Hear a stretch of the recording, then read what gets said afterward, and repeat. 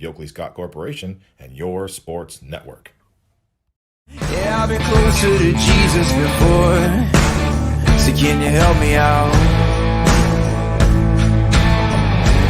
Oh, can you help me out?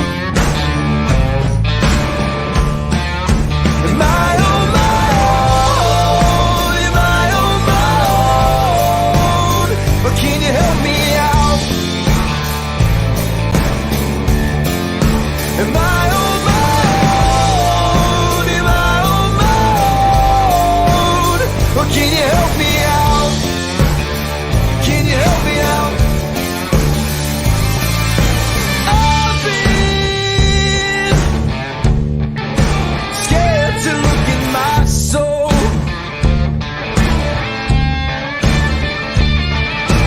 I've been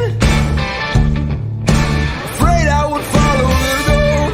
Yeah, afraid of the things I've been told.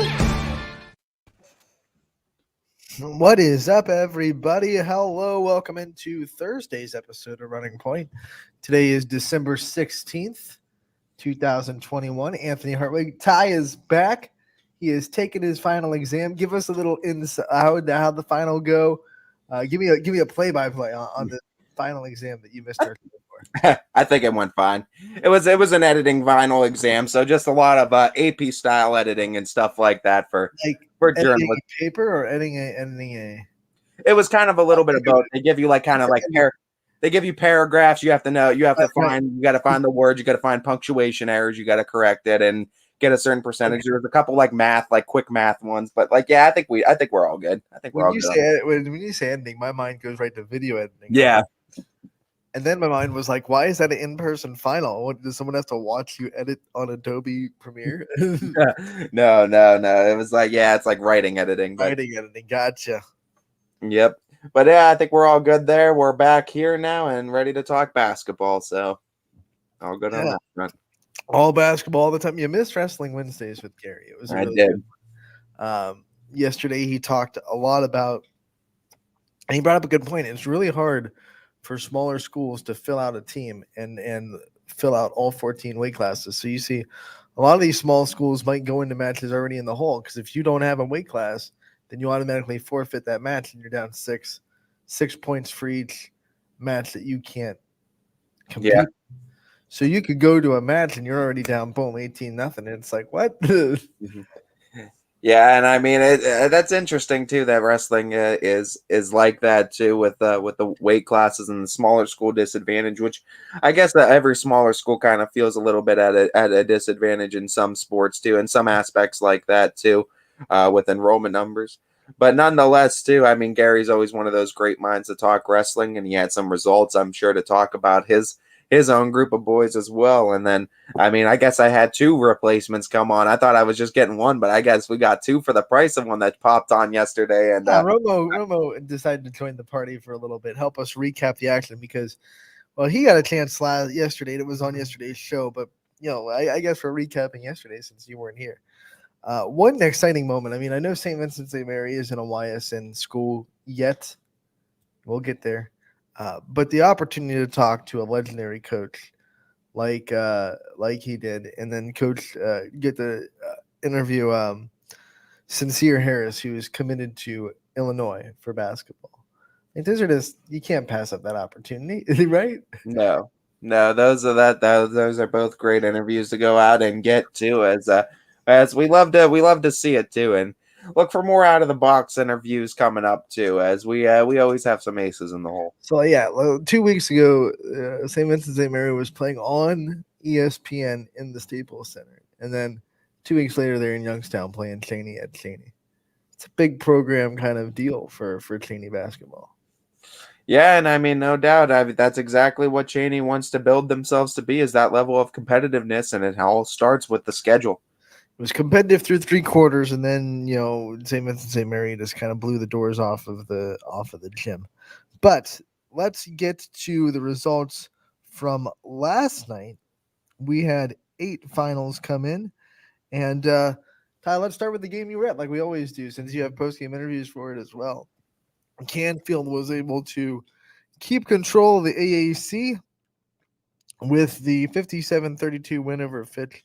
Summer Samarone, hey, she's back, and when she's back in that lineup, the Cardinals, wrong bird, the Cardinals look really, really like a whole different team, a whole different animal.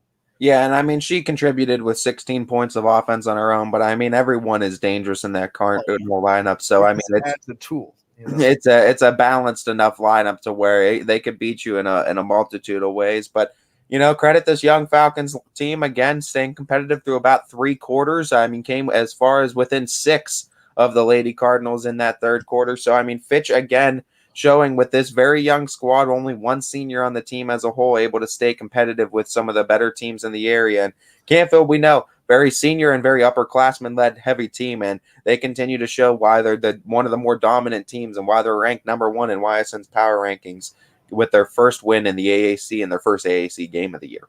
Yeah, I want to read a tweet from Jeff Wilson on Twitter about his young team. They're 4-5 right now, which isn't terrible for what they did last year. Their opponent's combined record right now is 35-19. Pretty tough schedule, I would say. Points per game is up 10 from last year. Points per game given up is down 7 from last year. And turnovers that they have committed are down 6 from this point in the season last year. So Coach Wilson, very improved team, and they keep getting better. Coach Wilson likes to remind you that it might not always show up in wins and losses, but it does show up overall that this team is improving and they're continuing to get better.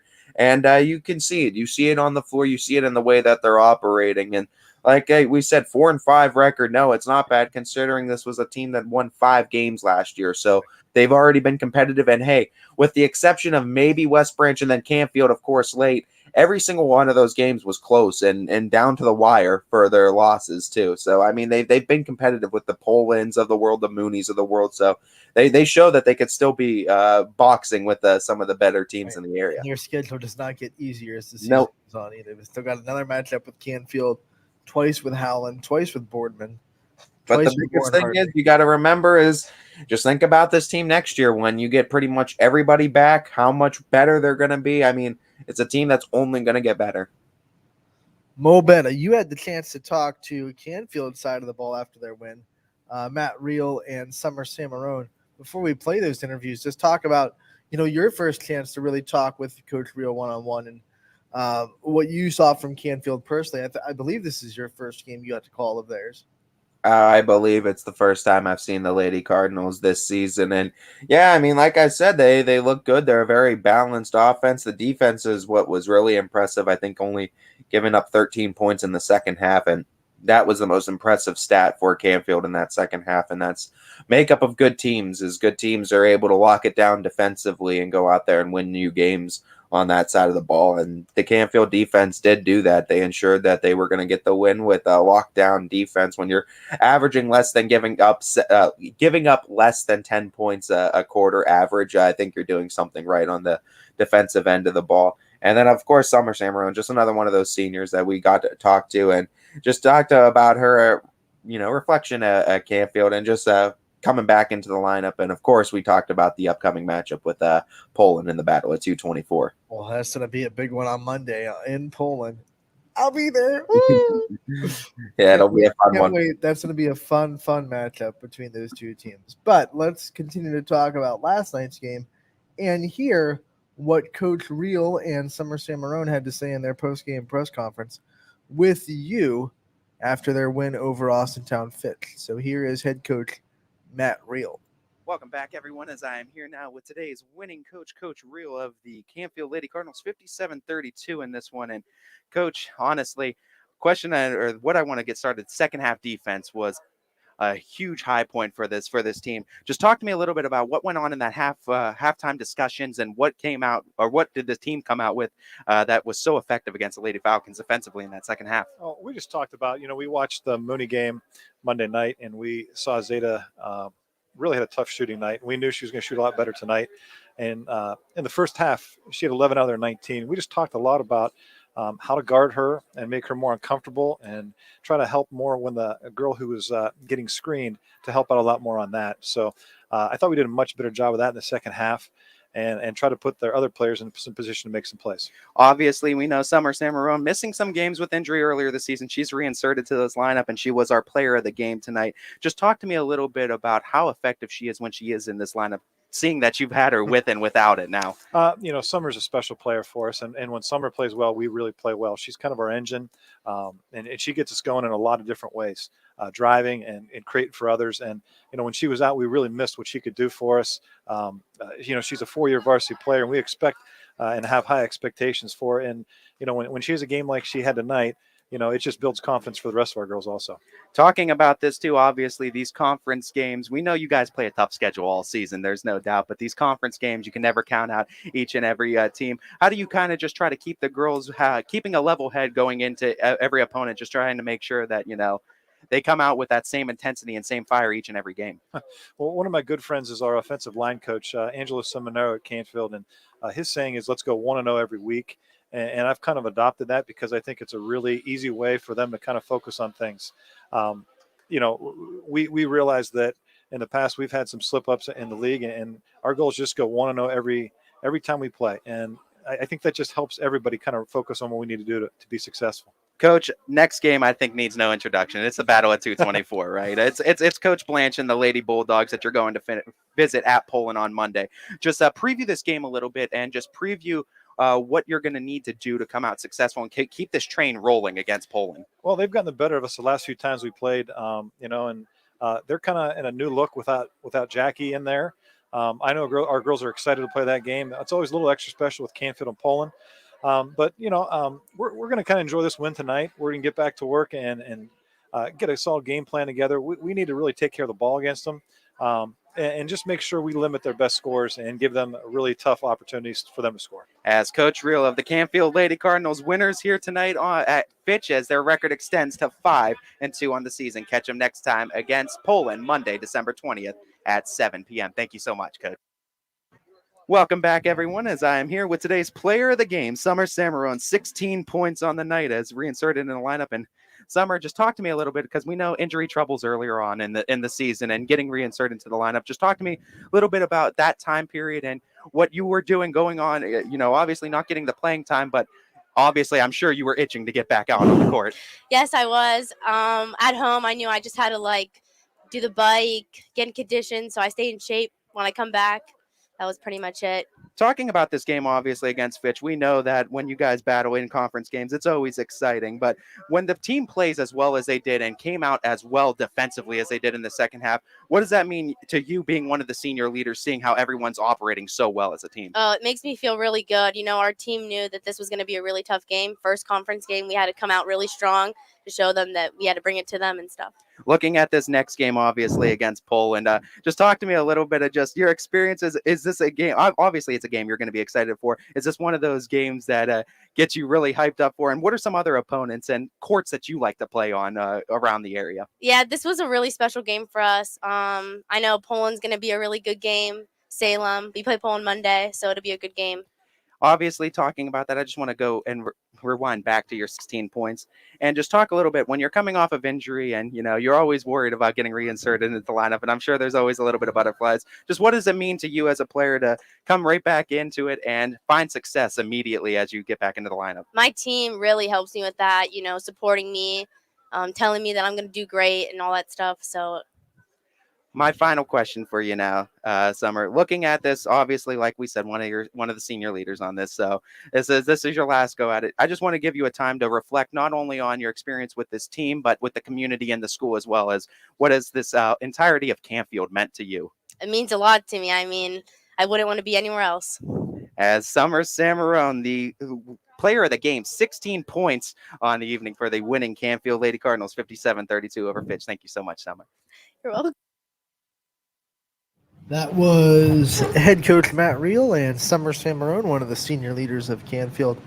After their win over Austintown Fitch, Ty, you get to catch up with players and coaches as always. And one of my takeaways from that conversation, one, I love that Matt Reel continues to have that 1-0 mindset and is pounding that into the girls, because it's easy to have early in the season. Let's go 1-0. We're 3-0 now. But then as the season drags on, you get more and more wins under your belt. You get more and more confident. It's got to be kind of easy for younger players, especially, to kind of look back and be like, we're 7-0, we're good, and not just remember this 1-0 this week, 1-0, 1-0, 1-0. Forget about what our record is, forget about what their record is, and just focus on this game. And this is going to be a big one. And coming up Monday, it's number 1 versus number 7, number 4. Right now. I think number 4. Yeah, number 1 versus number 4 right now in the power rankings. I was thinking, I think I had Louisville on my mind for number 7. I think number 1, number 4 is the current matchup for Monday, and that's going to be huge. And you would think have implications too on the rankings and where they're going to fall out too on who wins and who loses that one when you're going 2 power ranked teams against each other. Obviously, you might not see a huge drop for one team, but certainly someone's going to drop. You would That'd think be some realigning. Yeah. There's going to be some realigning. That's a good way to put it too. But this is another interesting test for Canfield to see if they could go up against this very well coached team, and it's another team makeup very similar to the Lady Cardinals in that Poland can score in a multitude of ways, and there's not a single player on that court that you can game plan really for to stop because they could all hurt you in some sort of way. Same thing with Canfield. So it's going to be interesting to see the chess match that's going to go on Monday at Poland.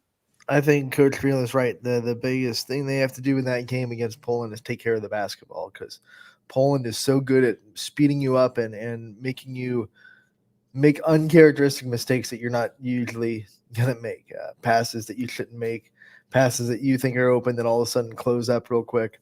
That pressure that Poland puts on can really force a lot of turnovers that you don't see out of teams normally. Yeah, and I mean that's the biggest thing. If you could create an offense off of defense, that's huge for teams. So they could continue rolling. They can definitely pick up the win. But whoever wins the turnover battle sounds cliche, obviously in basketball as well. But it usually is that. But whoever can force more turnovers, I think, is going to be the biggest one too on the defensive end, because we know turnovers are naturally going to come. You're going to have your out of bounds. You're going to have a tip off, and those will count. But whoever gets those steals, those key picks, and can get those forced turnovers and get those transitioned into points, I think are going to be big too, as well as that. Pair that with the offensive boards, because that's where Canfield and Poland, I noticed it both games against Fitch too, but offensive boards, that's where they dominated and that's where they won. Who wins those in that rebounding category too is going to be a big number I'm going to be looking at in that matchup. We continue our results. Salem, this was probably the best game of the evening. They win 30-29 over West Branch. West Branch had a 1-point lead with under a minute to go. Salem has the ball. They get a really nice play design. Abby Davidson hits a layup with maybe 8 seconds. I'm going to say 8. West Branch gets the inbounds. Anna Lippian has a free lane to the hoop. I mean, no one stopped the ball. When Salem watches this game film, it's going to be a learning opportunity, because they're going to say, you can't let a girl catch the ball at their own foul line and run unevaded to the hoop until she gets to the paint. But that's what happened. But Salem did a good job getting in front of her at the end, making that layup extremely difficult. That's going to be a teaching moment for Walter Shields, too. He's an Italian Olympiad. They beat you to the spot. Just take a pull-up. No one stopped you. A pull-up jumper from the middle of the key is probably a much more high percentage shot than her trying to adjust her body around a defender to avoid the charge and get a layup. So referees are really not going to make that call late in that game with the buzzer beater unless it's like we have to make that call. So most make a ticky-tack foul. Of course, both teams probably wanted either an offensive or a blocking foul, but I felt watching it on our angle, I felt like it was a good no call. I think the Salem girl fell because she was trying to draw a charge, and Lippian did a good enough job of avoiding her body enough to not – I wouldn't call a charge there. But I also think because she avoided the body, I don't think there was enough contact there to say that there was a foul. I mean, the Salem girl was straight up and down. So I think it was a good no call. Good defense from Salem to get in front of her and make that layup hard. But I'm just saying, next time I'm sure Walter Shields is going to try to get Lippian to – just have a little pull-up in the middle of the key. No one stopped the ball. No one got in front of her until that point. So a little pull-up in the middle of the key off the glass, probably a much higher percentage shot than the awkward body angle layup that she tried to put up. Salem is looking really good too defensively. Remind me a lot of This is the well, they've played, I want to say 8 games now. I think they're 7-1. Salem is, and 5 of them have held the opponent under 30 points. reminds me very similar to what Canfield did against West Branch too when they picked up the win with defense. And I mean, similar both teams too. I mean, Canfield with 2 lost, Salem with 1, but similar things with both teams is look at what Marlington did to them, and that kind of both gave them a chink in their armor, I think, a little bit. And I think now you're seeing both of those teams readjust because Marlington's going to be knocking on the door. We know that already. Marlington already beat Salem, and now they're sitting pretty because West Branch was also undefeated in the EBC. So West Branch needed to win this game to keep pace, and now Marlington's sitting all alone at the top of the EBC right now. Yeah, but either way, that's going to be interesting at the end of the season. That EBC is going to be fun, but that Lady Dukes team's going to throw a wrench in it. But Salem and West Branch are there as well. Here's an interesting stat too. Salem did not attempt a free throw all night, and West Branch only attempted 3. So not only did both these defenses play extremely well, but they also played extremely clean, which is a growth from Salem because in the game that I saw earlier in the season against South Range, they won the game. They held South Range to 21 points, but if you're going to take something away from their defense, South Range was in the bonus, like with 6 minutes left in the second quarter. They were fouling way too much in that game. They got into some early foul trouble as well. So I think Sarah Hamilton has to be really happy with the fact that they go into this game, play really good defense against a team that probably has a height advantage in almost every spot, and they're able to do it without fouling too much. Yeah, no doubt. And I mean, just looking at what Salem's been able to do defensively, you hold teams under 30 points, you're going to win a lot of ball games too. And just if the offense can come around, because that's the only thing you can. But I mean, obviously too, you're playing in a tough EBC conference, so you're going to have tough defenses that you're going to go up against. The West Branches, the Marlingtons of the world, they're going to be bringing tough defenses to the party. But Salem, if there's one knock you can have on them, if you can get that points per game up, but hey, if you're holding teams under 30, you win. Right? Most good teams can score 30 plus points on offense, but if you hold a team under 30 on defense, you're going to win your games either way. So this is the one game they desperately needed to be holding the team under 30 because that's all they had was 30. So they do just enough on defense to get the win. Another big stat line, Sophie Gregory, the Warriors' leading scorer coming into the game, 2 points. They did a really good job keeping her bottled up. Didn't give her any open looks. Anna Lippi had only had 6. Their leading scorer was Cammie Campbell, who I don't think has led them once this year in scoring. Salem was led by Abby Davidson with 10. So now we move on to the next score. Howland gets the win over Boardman, 60-45. Howland's second win in a row, and they're starting to put together some rhythm after that tough start to the season. Yeah, Lady Tigers flex their muscles, as you know, Alyssa Masucci was up for big dogs. As we know, the Lady Tigers now of Howland, both boys and girls sides are always going to be tough on the basketball court. As Coach Pounds will tell you, don't call it a comeback and don't call it an upset. They're coming, and the Lady Tigers are starting to roll with a big win in the AAC over Boardman. Pompalia had a really big game for the Tigers on this night. And they ran away from Boardman 60-45. We already went over the Canfield score, 57-32 over Austintown Fitch. Louisville gets back on track after losing to Howland over the weekend, 66-21. They win over Coventry. They had a 20-1 lead at one point, and they had a running clock for most of the second half. So it was pretty much smooth sailing for the Leopards all day. Heron led them with 13. I think, Adelman had 12, and there was one other girl in double figures. I want to get the name, so I'm very correct because there's so many players that can score. I don't want to guess. Courtney Barwick had 10 is the third player in double figures for the Leopards in that game. They take care of Coventry, who's still looking for their first win of the season. Yeah, Leopards are going to continue to roll, as I think this is a team that's going to get better as the season goes along. When they get healthy, I'm so excited to see this team full strength and fully developed with full chemistry. Mogador takes care of Warren JFK 51-26 in a Portage Trail league game. Yeah, as this one was Not really. I mean, no Trail surprise. Conference, PTC. Conference, Portage Trail Conference. I'm looking at Quinn. He's right next to me. I am correct. PTC.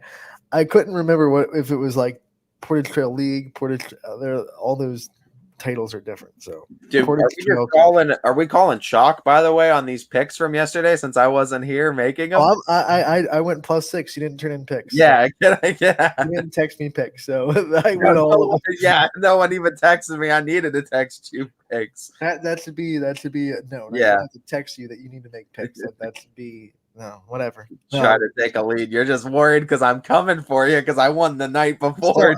I'm still up 5. Hold on. You're up 6 before. You're up like 4 now. You're up 4. Yeah, I'm coming for you. Heartland Christian on the boys' side got the close win over Crestview in Rocket Mortgage Fieldhouse, 62-55. The Lions get the victory. Heartland, yeah, looking really good too as their offense continues to score 60+ a game now as they pick up another big win over Crestview, a pretty good program over there in Rocket Mortgage too, nonetheless. So on a pretty nice stage. Edison gets the win over Toronto, 46-31. The Wildcats continue to roll. As Edison's one of those teams too that Mark Smith is one of those guys that we talked to earlier on in the season, and he said that this is a girls team that's continuing to get better and they're continuing to develop, and they're looking good too, getting another win under their belt.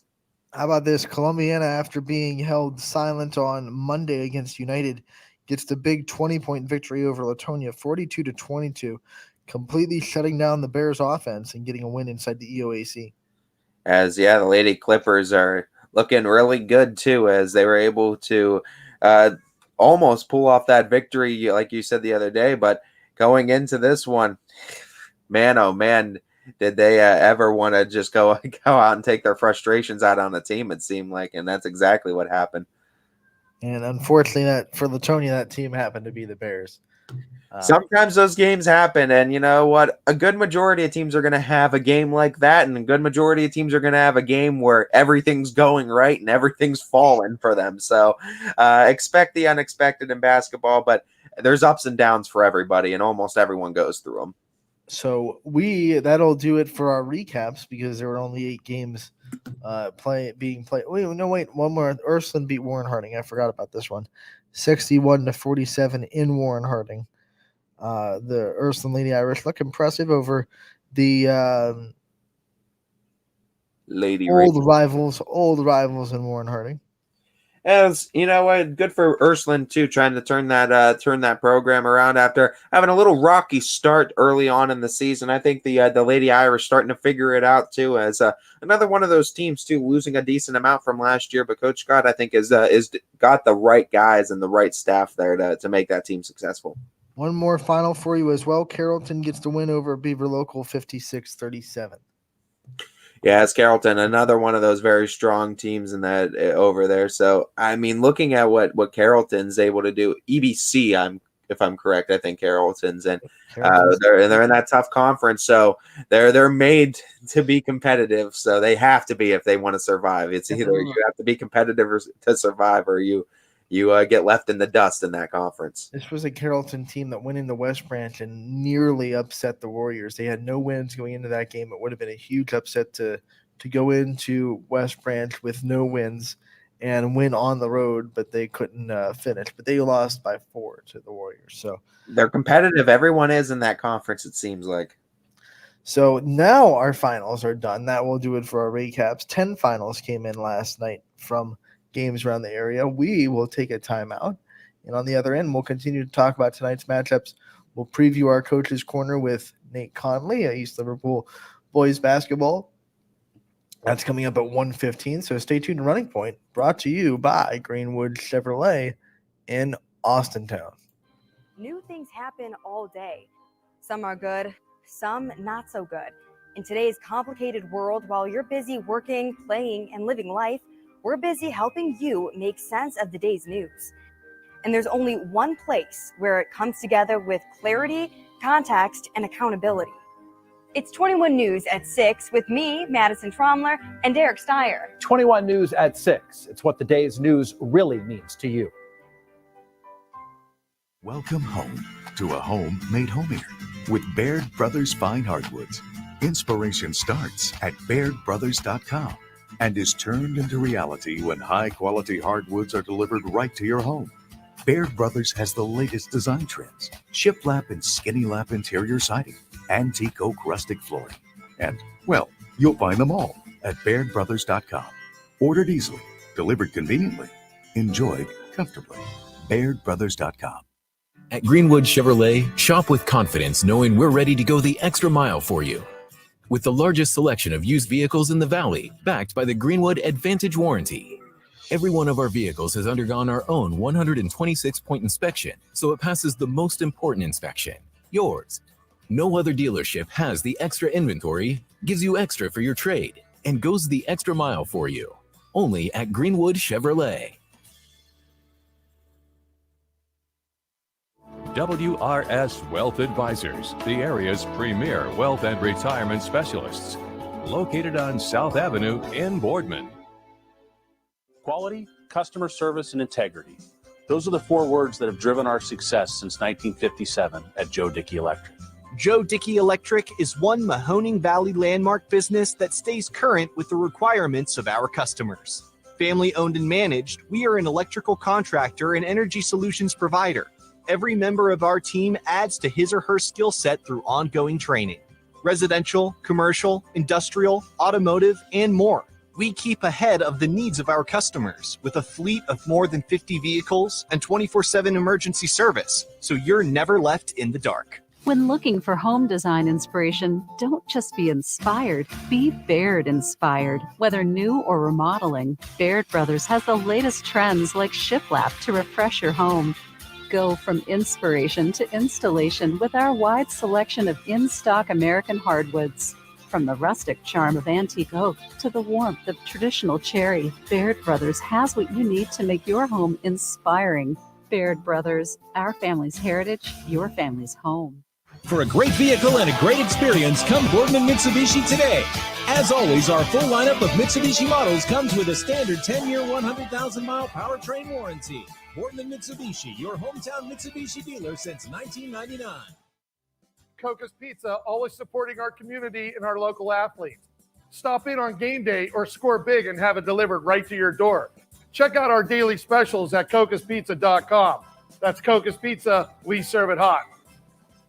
At Hubbard Chevrolet, Hubbard can help you get the financing you need regardless of your situation. I'm Tony Page, and I've helped thousands of customers in Northeast Ohio and Western Pennsylvania buy a vehicle. Visit HubbardChevy.com to get pre-approved. Remember, folks, Hubbard can help.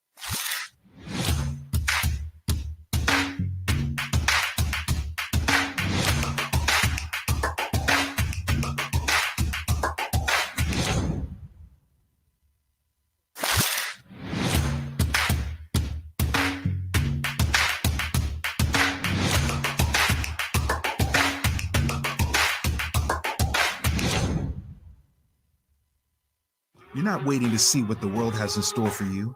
It's more about what you have in store for the world. All you need is the opportunity. All you need are the resources of a large university and the advantages of a personalized academic setting where you can experience new worlds in the arts and sciences, business, and education and make them your own. We are where you shape your future. We are Youngstown State University and proud.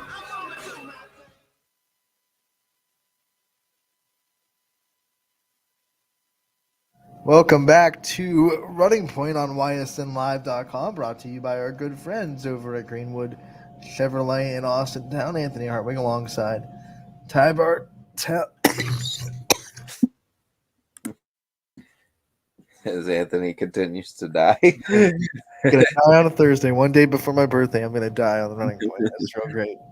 And he didn't turn 30 quite yet. Not yet. Not going to get there. Not gonna get there, buddy. No, 1 day short. Tripped at the finish line, getting to 30. Fumbled. Well, story of my life. I tripped before the finish line. Good. But okay. After those jokes, that's your comedy section of Running Point. Ty, when you look at the games tonight and There are 14 going on, 8 on the network. You'll look at some of these matchups, and I think I'm really interested in the game that you're going to be at, because Waterloo already got the one monkey off their shoulder from last year, the team that they really couldn't get out from under the thumb of Western Reserve. They beat them by 10. And now they have to go to McDonald, another team that has dominated the series for quite some time. Can Waterloo go 2 for 2 in these teams that have dominated them? We'll see. I mean, 7 girls strong is what the Lady Vikings we hope right now. We hope that they have the healthy 7 right now. We need to make Waterloo and Jackson Milton shirts to say 7 strong, because how many times we use that phrase on Running Point, it just needs to be a T-shirt by now. They really are. And I mean, you look at the 7 that are on Waterloo, they're really good. I mean, Carrie English, Rose Couts alone can be 30, 40-point threats combined at any given night. And you look at what else they bring to the table too. Not a whole lot of height, but a whole lot of heart, hustle, and another thing they bring that's really impressive is ball handling, because Lily Foster is another one to go with English and Couts that can handle the ball. And when you have multiple girls that can run point guard and can handle the ball too, when things sort of break down, it makes things very hard on defenses when they're trying to get steals, when you got multiple girls that can handle the ball and there's not sort of one player they could key in on trying to limit that girl from getting touches, because the ball moves around so much with Waterloo anyway, but they have so many girls that can handle it so well. It's tough to stop them. Yeah, and one of the things that that is going to be key in this game, and I think it will, you look at McDonald, and they're a team that obviously haven't looked like last year. I mean, everyone kind of knew that they weren't going to be last year's team anymore. They've struggled at points. They've had some losses that I'm sure Coach Matisse thinks that they shouldn't have lost. But at the same time, they're still playing pretty good defense consistently. I think a Tony Matisse coach team is pretty much going to be solid on the defensive end. So you look at that, then you look at Waterloo, who, 1 or 2 players, if you hold them in check, then you're going to slow down their offense. What can Tony Matisse's defense do against that? And I also think Tony Matisse teams historically like to run a lot, which is going to be interesting to see if they can make that tempo fast and use that to their advantage against a Waterloo team that's not going to be able to rotate people in because they only have 7 people. I think those 2 things are going to be very important in this game for Waterloo. Can they control the tempo and not let McDonald get into a running match and tire them out? And can they get a balanced offense against McDonald's defense? Yeah, and I mean, I think honestly right now, this is going to be a big game. I think there's going to be a decent amount of people that are going to tune in and want to see this one, because it's going to have huge implications on that MVAC, and just looking how things are going to shape out, honestly, with all these tough teams. And you talk about getting their one monkey off their back with Western Reserve. Waterloo has the chance to do it, and we kind of were talking about the Lady Vikings being that wild card this year too, just because of what they brought back, and they're kind of showcasing that right now. And this is another big test for them tonight against the Lady Blue Devils of McDonald. But I think with so close to Christmas, all the people of Atwater are just singing all they want is a victory for Waterloo. This is a very important game for Waterloo in the standings, because they're in a 3-way tie with Springfield and Jackson Milton. And they're playing McDonald. And then you look at Jackson Milton and Springfield. They're both playing the bottom 2 teams in the league that are both 0-2 in Middle Ridge and Sebring, respectively. So you got to – odds are those 2 teams are going to win that game. So you got to stay pace and beat McDonald, who is 1-1 on the year in the MVAC with a loss to Springfield. Yeah, I mean, and that's going to be obviously big for them too. But, I mean, in that Scarlet Division, like you said, there's a lot of big teams they're going to have to face, and Springfield is another one, like you said, is going to be another top dog you would expect. But Waterloo, if they want to keep pace, this is one where if you beat McDonald, then that's going to really, I think, open some eyes in that MVAC, and then Springfield might have a challenger approaching then for it as the clear favorites right now, at least on that Scarlet side. Yeah, the standings, just to rack them up, going into tonight in the MVAC, Springfield, Jackson Milton, and Waterloo are all 2-0, sitting at the top. McDonald is 1-1, so is Western Reserve. Lowville, Mineral Ridge, and Sebring are 0-2. So you have this kind of cluster at the top. But McDonald, if they get a win tonight, all of a sudden they knock Waterloo out of that top spot, and they would go to 2-1, which would be right. They would kind of replace Waterloo, because right now Waterloo is 3, or tied for first, and then McDonald's sitting right behind them in fourth. So if they can split that spot with Waterloo and go into third and be right on the heels of Jackson, Milton, and Springfield, they still have to play Jackson, Milton, and they will play Springfield again. So of course, McDonald needs to keep pace. They can't go into a second matchup with Springfield being 2 games down. No, and that's going to be obviously a huge game tonight too. As Waterloo, you beat McDonald too. I mean, there's some tough teams in that MVC. Maybe the Lady Vikings, they continue to roll. They might be making an appearance on those power rankings sometime too, as they've looked good early on in the season. Certainly wins like this are going to make a case for them as the season winds down. The MVAC games tonight: Springfield playing Sebring, Jackson, Milton playing Mineral Ridge, Western Reserve playing Lowville, and of course Waterloo playing McDonald. That will be the slate of the MVAC Scarlet tier. Let's look at the other MVAC rankings going into tonight as well. Garfield and Liberty are both 2-0. Champion, they're undefeated, but remember their game against Crestview on Monday got postponed. So they're 1-0 in the MVAC. So technically they're in third place, even though they have no losses on the year. Brookfield 2-1, LeBray 1-1, Crestview 0-2, Newton Falls 0-2, and Camel 0-2. Yeah, that side of the MVAC is going to be interesting on both boys and girls sides. So, and remember, Liberty beat Brookfield by 2 on Monday to get in that top spot. And that was an impressive showing by Brookfield, and I believe they still have one more clash they're going to have on the season. That's going to be exciting on round 2. The MVAC matchups tonight in the gray tier: LeBray will be at Camel Memorial. You look at Liberty; they're going to Newton Falls. You look at Garfield, and they are going to Champion.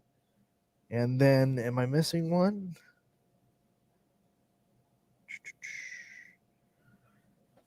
You said Newton Falls, what, LeBray? Garfield Champion? Newton Falls and Liberty. Liberty's Newton going Falls, to Newton Liberty. Falls. LeBray is playing Champion. Oh, where's Brookfield going to be at? They're not on our schedule.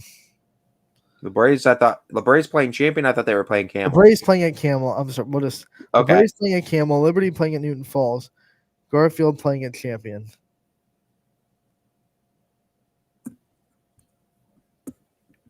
I don't There's see 2 more teams on that MVAC. So either Brookfield is playing. Yeah, Brookfield could be playing Crestview. That's the only 2 that are. But yeah. I don't, unless they're playing together. I don't think they were playing tonight, though. Who knows? We'll figure it out.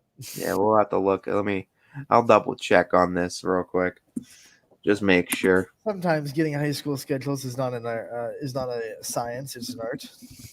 Yeah, let's double check, because it would make sense that all the MVAC plays on today, because I think it's certain conferences play on certain days for the girls' side. Some play Wednesdays, some play Thursdays, I feel. But then you have to wonder if Crestview was the reason that game got canceled, because obviously Champion's playing tonight against Garfield, and then is Crestview still able to play tonight? That's a good question. Let's see. Oh, I want to see if they were there. They were slated for tonight, but I thought they just played Crestview. Yeah, they did just play Crestview this past Saturday.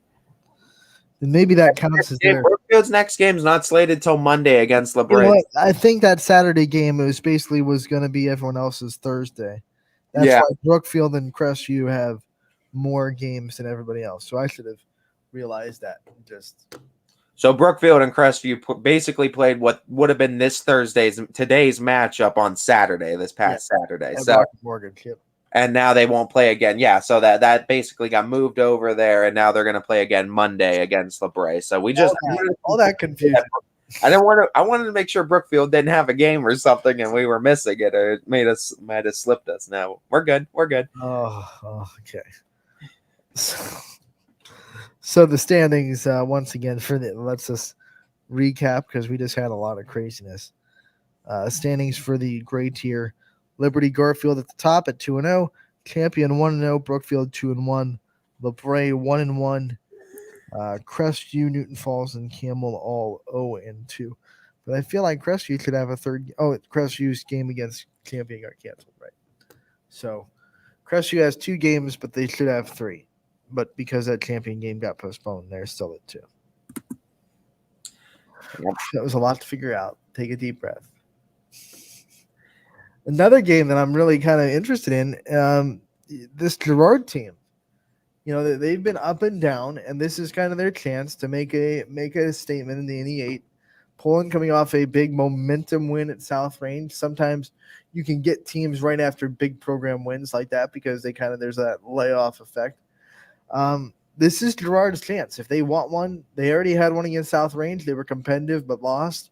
And now they have another one against Poland, a chance to, at home, get a big NE8 victory and throw a monkey wrench into the league.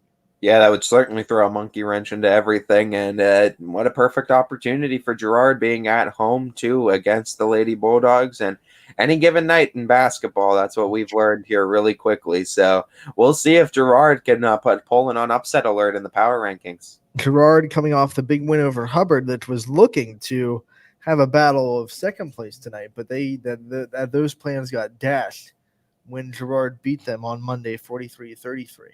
So already one big win for Girard and the team that they were chasing in the standings, and now a chance for another one.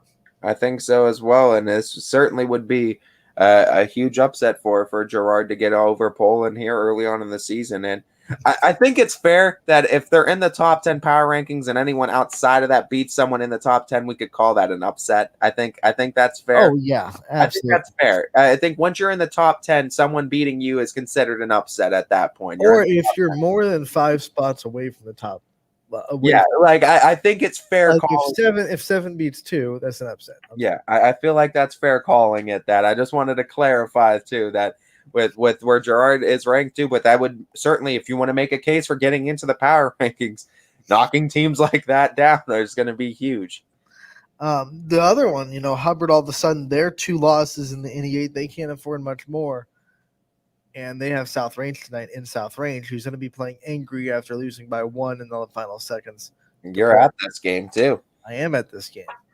What are you most excited for, and what do you think Hubbard's going to have to come out with if they want to get this South Range monkey off their back? I've been hearing about this defense of Hubbard that's like almost like the bad boys of the Pistons, where they'll just do anything they can to kind of get in your mind a little bit inside the rules of the game. They're not playing dirty. Yeah.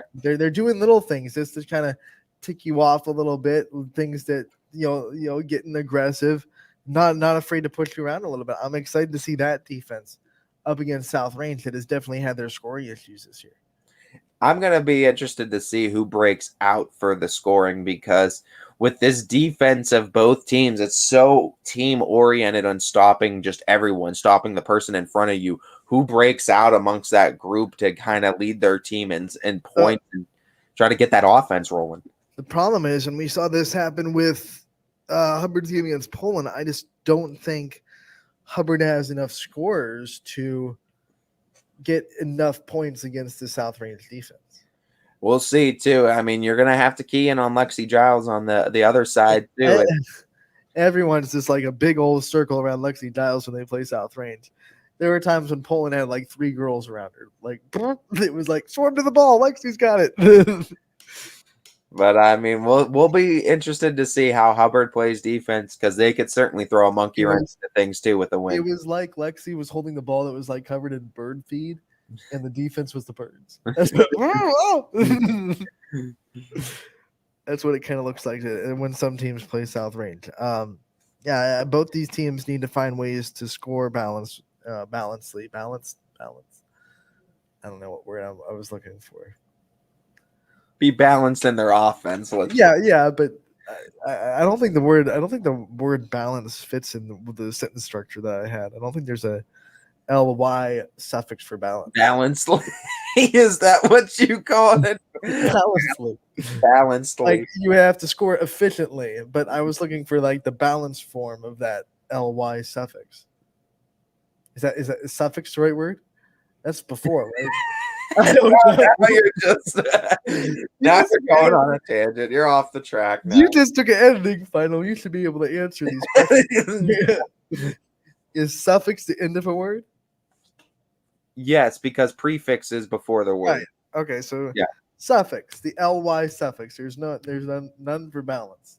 So that's what I had a sentence structure that would have used balance with the suffix ly, but there is none for that particular word in the English language. Even though it's an adjective. I guess every adjective should have an ly, but I guess it doesn't because our language. It just might sound weird. I don't know. There's some words that I've never heard. I don't. It might. I have. Balancedly.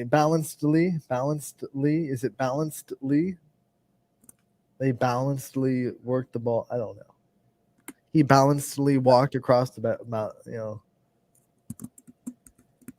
We're looking it up. We gotta know. I gotta figure this out now.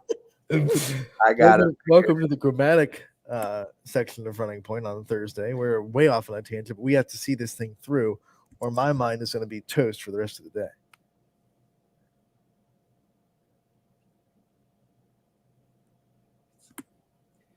Should I spell it with an E-D or E-L-Y?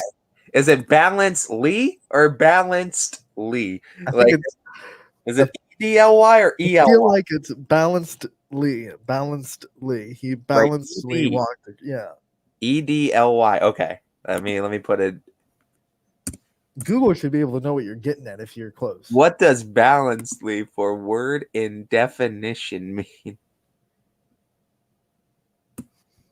That's not like I don't trust the source. That's not like Webster's dictionary. Superdave.com. I don't trust the source trying to tell me. Is it superdave.com? Yeah, honestly, it might be Super Dave's website.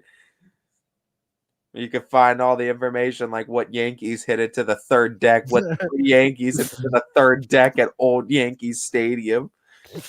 To left field. Yeah, only the left field third deck. Oh my goodness. I don't know. Do you say balancedly? I'm looking what this is. It's well balanced adjective. Okay, so I should have used well balanced. There's not balancedly. Yeah, well balanced. Don't use the word that well was balanced. way better. As soon as I saw well balanced, I'm like, that's what I was thinking of. That had to be balancedly. But is balancedly still a word? I don't know if balancedly is a word. I think well balanced is what you want to be a well balanced offense. I think is the correct way to phrase that. Hold on. I don't think it's a word. I think we're gonna use well balanced. Gonna say it's not a word, but see, then other things like you don't use well efficient, you use efficiently. I don't understand our language at all. This is why studies have shown that English language is the hardest for people to learn if it's not their first language, because we just throw paint at the ceiling and say whatever sticks. Screw the rules. Let's go back on track and talk about some more of these matchups tonight. Because we talked about South Range Hubbard, and how important this is for both teams. Because South Range desperately needs to keep track with Poland now, and Hubbard wants to get back on track after that disappointing loss to Gerard. But some other games that are interesting tonight: Wellsville, Lisbon. I want to draw attention to this one because on Monday, Wellsville got their first win over East Palestine in at least 15 years. Max Preps wouldn't go back further than 2006, but I could not find a win over East Palestine between now and 2006 when I was looking. Definitely their first win inside the EOAC, but even before the EOAC was established, in the years that they would play East Palestine, they were never able to seem to beat them. So Wellsville, big program defining win. They get their third win of the season, and they are one win away from having more wins than they've had since 2015.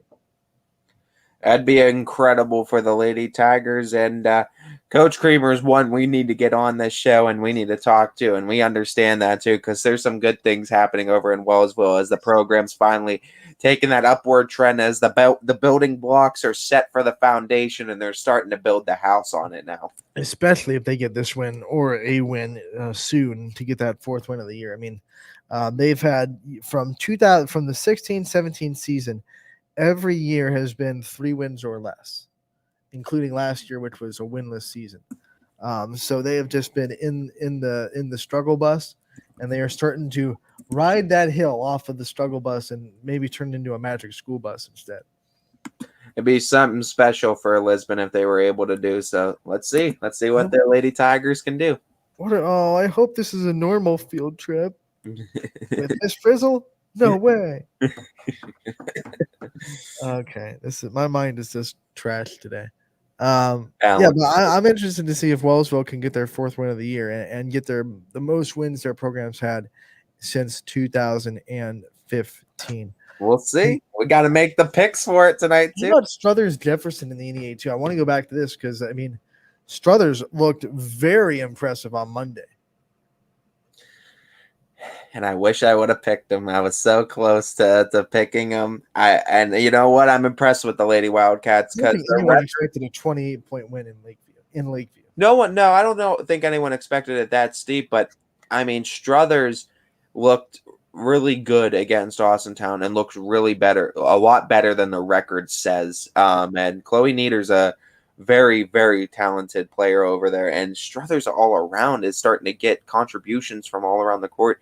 It's a younger team as well, some younger players on there, but Coach Nieder's doing a great job with the Lady Wildcats, and this is another game where you beat Jefferson. This is a big win for the Lady Wildcats.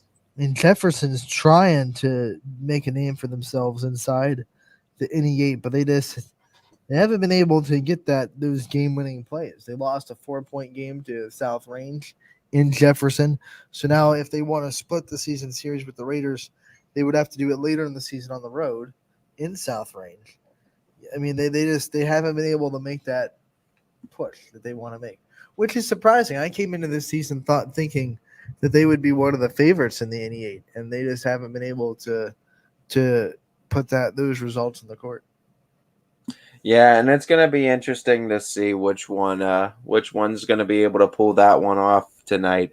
Because it's gonna be huge, I think, for not only conference standings, just for confidence in general for both teams, just to see how they're gonna roll throughout the season. So far, Jefferson on the year 3-2. If I'm not missing any games, they lost to Southeast. They were able to beat Lakeview 41-33. And then they lost to Madison. They lost to South Range, and I don't know. Well, I think Gerard beat them last week. What? And then Monday they beat Niles, so they're 2-2 in the league going into this game. Tied with Gerard with 2 losses, and now Hubbard with 2 losses. They're in that middle cluster, and this is where, I mean, if they want to have any chance of being in the conversation, they need this win. Jefferson does. So does Struthers. Yeah, and this is going to be one of those wins too. Like I said, it's going to do wonders for their confidence. So let's see who can pull it out. I mean, Jefferson kind of needing the win. Struthers want to continue rolling after that big win in the NE8. We'll see who can come out on top. This is the kind of game where the tiers of that NE8 get separated between what teams are going to be towards the bottom of the league and what teams are going to be competitive in the top range of the league. So this is the part of the season when those two tiers of a conference separate themselves. And this is a big game for both teams, as they both have 2 losses in the league, and you would think a third loss would put them out of any discussion for a league championship, because I don't see any team at the top having 3 losses or more in the NE8 by the end of the season. Yeah, and that's gonna be interesting to see, because right now Hubbard's the one I'm looking at that could really throw a whole monkey wrench in the whole thing. 'Cause But they win tonight. How do you not look at Poland as the easy favorite then to come away with it then? They win tonight and give South Range their second loss in the 88. Then all of a sudden, Poland has a two-game lead over everybody if they take care of Girard, and that would put them in the catbird seat, to use a baseball term. And I mean, to be quite honest, we'll see too after Christmas break. Teams kick it into a different gear, and we see a lot of different basketball teams. But at least this is why I love basketball season. There's 3 parts. There's the first and second half of regular season after Christmas break and before. Then there's the tournament. But right now, first half of this break, Poland looks like the clear favorite in the NE8, and there's not really a team other than maybe South Range. But if South Range loses tonight, there's not a team in the NE8 that looks like they can stop Poland right now. And South Range is sitting there like 1 point away. Like from that story gets flipped, right? If South Range beats Poland that night, then all of a sudden we're saying South Range is a clear. That's why this is a pivotal game too for the Lady Raiders, because you can't let that spiral now. You can't let a 1 point loss let you spiral now and start making easy mistakes. So this is a big game for South Range to get back on track in the NE8 and try to keep pace and still give Poland a challenge for the end of the season. Let's take a quick break. On the other end, we will start to prepare for our Coach's Corner, our interview with Nate Conley, the boys basketball coach over at East Liverpool. That's coming up at 1:15. Next on Running Point, brought to you by Greenwood Chevrolet in Austintown. Every customer has a story, and at Greenwood Chevrolet, we are committed to making sure it ends with you in the right vehicle. I get to be part of somebody's adventure, whether it's buying a car for the first time, helping them get approved, or finding the perfect car for their budget. I'm proud that people trust me with their finances. They trust me to take care of them, and they trust me with their story. I'm Tracy, and I'm ready to go the extra mile for you only at Greenwood Chevrolet. Working with your family can be stressful at times, but because they're family, you know that you're going to get a loving, honest answer, even when things don't make sense to any problem. Dealing with Medicare can be confusing and overwhelming. That's why here at Myers Family Insurance, we do our best to give you honest and caring answers to all of your questions. Family, like Medicare, isn't always perfect, but when you put others first, the results can be amazing. For all your Medicare needs, call Myers Family Insurance.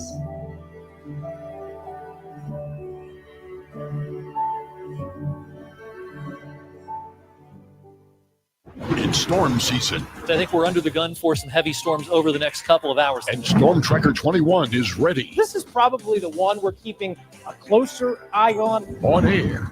And locally, we're going to have a lot of eyes on our area. Online. All right, let's talk high-risk futurecast and the timing of this weather. On social media and on our app. Notice we'll have scattered showers on Thursday. Stay ready with Storm Tracker 21. The severe weather threat now through around sunset this evening. Hi, this is Tommy Clem, owner of WRS Insurance Solutions.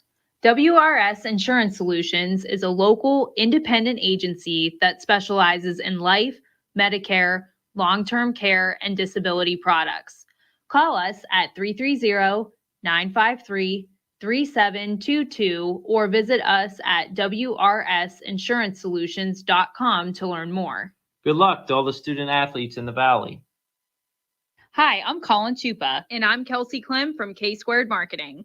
Our boutique marketing firm specializes in media planning and buying, public relations, event marketing strategies, and strategic sponsorships. We can integrate our services with your existing game plan, or we can be your entire marketing team. Your goals, our game plan. Let's win together.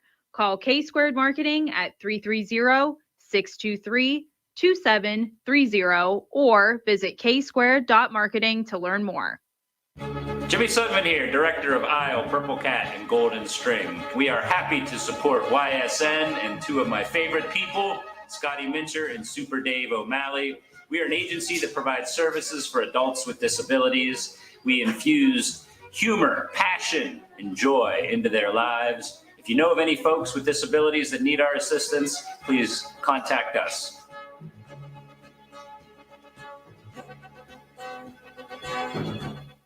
Your teams work hard and give it all they've got. Well, so does ours, because 21 Sports and YSN give you extra effort when covering local sports. 21 Sports and YSN, winning coverage of our Valley's teams. Planning a project around your home or rental property? Trust the electrical service to the local experts with 62 years of serving the Mahoning Valley. Joe Dickey Electric is your local go-to source for responsive, reliable residential electrical work. From everyday maintenance and repairs to new installations, electrical upgrades, and safety inspections, no job is too big or too small. Call Joe Dickey Electric today, 800-549-3976, or visit DickeyElectric.com. That's DickeyElectric.com. Dealing with Medicare can be confusing and overwhelming. That's why here at Myers Family Insurance, we do our best to give you honest and caring answers to all of your questions. Family, like Medicare, isn't always perfect, but when you put others first, the results can be amazing.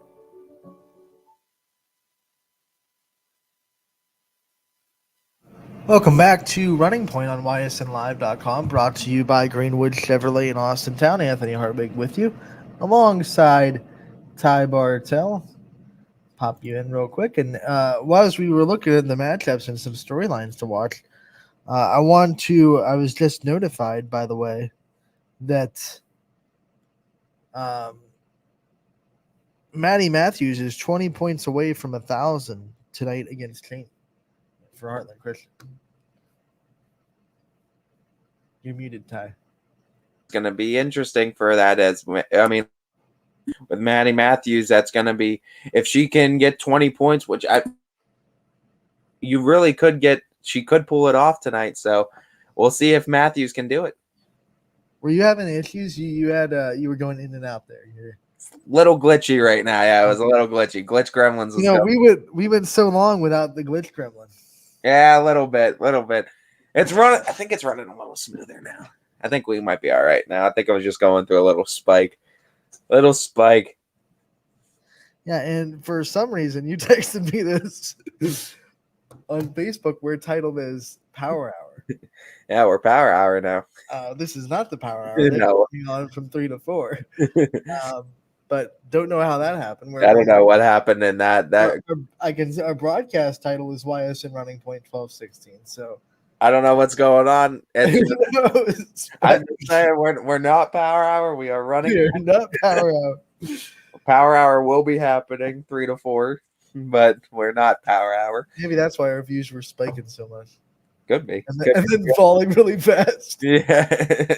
Wait, they didn't realize until we told them this isn't Power Hour. It's the title. That's why they're here. That's not DJ and Donnie and CJ. After an hour and 7 minutes of watching us. Yeah. Wait a minute. Oh, phone call. Let's see. Should I put him live on the air or I'll freak him out? Hello, this is YSNLive.com. Data calling about your Google My Business listing. Our records show your listing is either not verified or missing important information, keeping your customers from finding you. We should get that taken care of. The record is missing. Well, it sounded serious. We always love our calls here. That was the first call we had in weeks. Please call us 330-886-0813. Does anybody own cell phones anymore? Is it all just live streaming this kind of stuff? Like everyone just goes face cam now. We all face cam. No one owns. Well, this is a cell phone still technically. Well, no, it's a cell phone, but does anybody use like the cell phone app anymore? I feel like it's all FaceTime everything now. I don't like FaceTime because my vision is so bad. I'm always like, I gotta be here to see it, but then my face it's too close. So I gotta be like. Anthony just comes in just like, hi. Oh God! Whoa! That's Mouth is like on the camera. Hello. Can you hear me? Back to the point I made before our phone call. Maddie Matthews, 20 points away tonight from 1,000 in her career. So that is definitely something we will watch very closely as they play Cheney tonight. And that should be a good opportunity for her to get at least 20 points.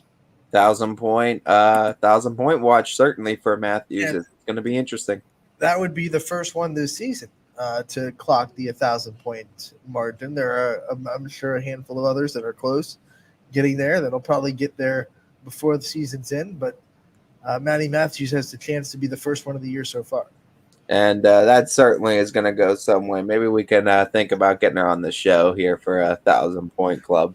Last year we had so many 1,000-point scores notch their names. Why not? I mean, hey, it's a hard enough thing to accomplish, and it's a good enough honor to receive that I think if we can get them and they're available, we should try to get as many 1,000-point scorers on the show as we can. And one of the things that I think it just spoke dividends on the senior talent that we had last year, and why so many of these teams look so dramatically different. Because you look at all these seniors that scored 1,000 points last year. One that comes to mind that you were probably doing the game, because I think he did it at home. Kyle Shockley from Waterloo. Did you do that game? Were you broadcasting his 1,000 points? I feel like I might have. I saw so many. Right. I got lucky to see I think 6. I think I might have seen Kyle's last year. I definitely saw Todd Simons for Fitch. I mean, there were so many that happened, and they were happening almost every other night last year. It was insane. And I mean, the talent in the area is still here. It's just a little bit younger, but we're going to be right back at that a little bit this year. But I think by next year, you're going to see a lot of 1,000-point scorers again, because all the players this year are going to compile points. I got to call Jackie Grisdale being the leading scorer for Poland's program. She already had 1,000 in her junior year. I got to call that too. But I got to call her breaking the program record for points in a year. And then 2 days later, I got to call Ken Grisdale's 500th win as a coach at Poland. That was a good day for that family. Oh, I'm sure. It was a fantastic day. Then let's see. You're right. There's so many of them. It's hard to even remember which ones I was at and which ones I just made stories about. We got to get that tally of how many there were last year, and we got to make put that as the YSN record and just see if there's ever more than that. Yeah, the standard. That was an unusually high. If we could go back and look at how many 1,000-point scorers we had under the network's banner last year, we can definitely put that up as the current record to beat, which we will obviously hope to beat with more schools added. So, what I'd give for a production assistant right now, just be like, hey, go through YSN. Oh, I know, just to get that information and just click right there, just to be like, hey, go get me a coffee real quick. Some donuts too. That's all Anthony wants. Anthony just wants coffee. You got to put in your work to get up in this. Yeah. You might be my PA for 2 years, and you might get for 2 years. Be my PA for 2 years. A lot of experience. And I might throw you a bone. And if you're good at it, I'm never going to promote you, because I'm not taking the chance that the next guy is not good at it. If you're good at it, I can't promote you. And if you're good at your other job, I can't promote you either. You can steal my spot. You ain't having any of that.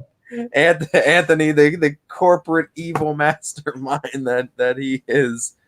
No. Hey, you've already called me the villain of a lot of times. Yeah, the villain. We're just painting this picture of you as this character. Get the white fluffy cat. You're like that guy from Despicable Me. What's his name? The one that owns the Minions. That guy that's evil that wants to steal the moon and stuff. Oh, I can't think of his name. I know Steve Carell voices him. Yeah. Oh, that's like kill me. If you know his name, comment on us on the comment section. Brought to you by Boardman. We're all over the place. We guys obviously don't comment about sports. We haven't had a comment on this show in a while either. So if you know the main character's name in Despicable Me, feel free to let us know in the comment section. Yeah, as we get ready for Coach Conley from the East Liverpool Boys. You said it and he popped in. You spoke it into existence. We're going to let him in off the green room, and it is going to be Nate Conley, the head coach of East Liverpool Potters. Our ranked Potters, too. Our ranked Potters. Coach, thank you so much for coming on today. Thank you. Thanks for having me. Coach, I mean, I obviously first chance getting to talk to you. You guys looking really good early on in this season.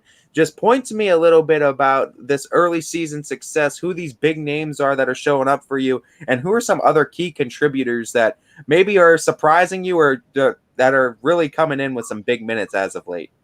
Well, I wouldn't say we look great. I mean, I sound like every other coach who comes on here. We don't look great yet. We still have a long ways to go. We have a senior heavy basketball team. We're led by the three names that most people are familiar with Xavier Green, 6'6" guard forward combo, Cole Daly, same size, same position, and our shooting guard, Devin Toothman. Seniors have been playing for us for 3 years, but we're not playing great basketball. We're getting there. We show signs of being really good, but we also need a lot of work. Coach, on Sunday, you got to play one of the premier programs in the coverage area in Lincoln Park. What was that experience like for you guys, and what can you take from that game going forward in the season? Well, a lot of people aren't familiar with Lincoln Park. We played them. It's our third time playing them. We beat them in 2012. They smoked us in 2013. They had a kid named Maverick Rowan who went to North Carolina State. He was unguardable. He's unguardable all season. And we picked them back up this year because I think we have a good team and we need to be challenged. I went and watched them play Saturday night. And it's funny. It's funny how the game of basketball works. You know, they make 2 or 3 threes. The only chance we have to be in this game is we play zone. We're not a zone team, but we gave it a shot. And they made 12 of their first 15 threes, ended up with 14 threes on the night. We competed. We just turned the ball over too much early. But the reason why we played that game is to get used to that environment. It was a packed house. We've come up short in the district finals 4 times. So our goal is to, get over that hump. And to get over that hump, we need to play games like Lincoln Park and tomorrow night with the Warren Harding and Steubenville and Wheeling Park and Wheeling Lindsley. A lot of teams you guys might not be familiar with. They're down the river, but that's what's going to make us better. Talking about that game, that's actually the question I wanted to talk to you about next, Coach. This is a Warren Harding program, and despite their record 2-3, we always know the Raiders are always going to come with a very good team, athletic, and they're going to be tough. Just talk to me, preview this game, and what it's going to take for you guys to continue this train rolling, continue getting better throughout the season, and hopefully come out with a win against the Raiders. Well, there's not a lot of teams that we're going to play that are more athletic than we are. I'll tell you that right now. Everyone knows it, but Warren Harding is about as athletic as they come. I don't think they have the skill set of Lincoln Park. Lincoln Park has 3 kids going Division I basketball. But Warren Harding's a dangerous team. I don't care what their record is. You've seen the type of teams they've played. Lost to Cheney by 1. An unfortunate toe on the line. Could have won in overtime. They're a dangerous team. They're athletic. Really athletic, so it should be a fun game. We play similar styles, but to get out and run, so it should be a high-paced game. For a lot of people in the basketball realm of the area and the other people that can cover basketball, you guys might be a little bit under the radar. You're still in the coverage map, but I feel like people don't talk about East Liverpool as much as they should, especially in the basketball world. Do you ever feel like there's that chip on your shoulder where you try to get this us against the world mentality every time you step on the floor? No, it's not like that. And it's not like that in the county. The issue is, we're a bigger school for the area, so we don't play a lot of teams. We play 2 local teams. And that's why I love what you guys are doing with YSN, because I like to follow county basketball. And we don't play these guys. So I don't scout them. I don't go watch their games, but I'm able to stay up to date on what's going on with, the Lisbons, Columbianas, the South Ranges. Because, I respect our coaches, but we just don't play. We don't play any local teams. Our bus trips are usually 2 hours away. So I don't think it's a respect thing. We don't play a lot of local area teams. I think that's the issue. Coach, we obviously ask every one of our coaches this about the communities that support them, and they're all going to have their reasons on why they're the greatest. But of course, we know down there in East Liverpool, they go hard too, and then we know we got your rivals with Beaver Local and Coach Miller coming on tomorrow, and we know that rivalry is pretty true. Just talk to me a little bit about that rivalry and talk to me about how big that is for anyone from up in this area in the Mahoning County and those areas that maybe not know about that rivalry, as well as just how supportive that East Liverpool community is for you guys and the Potters as a whole. Well, the Beaver local rivalry, it's in every sport. It's just not boys basketball. It's you go to a boys soccer game, it's crazy. You go to a girls sporting event against them, it's crazy. It's, we share the same area, and Nick Miller's doing a great job. I know we got him pretty good the first time around, but I think they're a dangerous team that shoot the three ball well. So that score actually surprised me the first time around, getting to the running clock. But he does a great job. I have a lot of respect for what he's doing. He puts in the work. He puts in the effort. You go to a youth game, he's there. He does a lot with his youth, and that's rare for a young coach. I mean, I'm one of the veteran guys who've been around for 12 years, so it's nice to see someone like that, put in the work. But our community, the fans have been great. The Beaver local game, the Lincoln Park game, I'm talking about, over 1,000 people for, small high school basketball. That's pretty impressive. Coach, everyone at YSN knows how special that Potter Fieldhouse is and how unique it is and what a great place it is to play basketball. Talk about how blessed you feel every time you get to step on that floor and you get to call that gymnasium home. Yeah, it's amazing. I mean, I played small college basketball, and the field house is better than most of the gyms. I mean, I'd say probably 80 of the gyms we play in.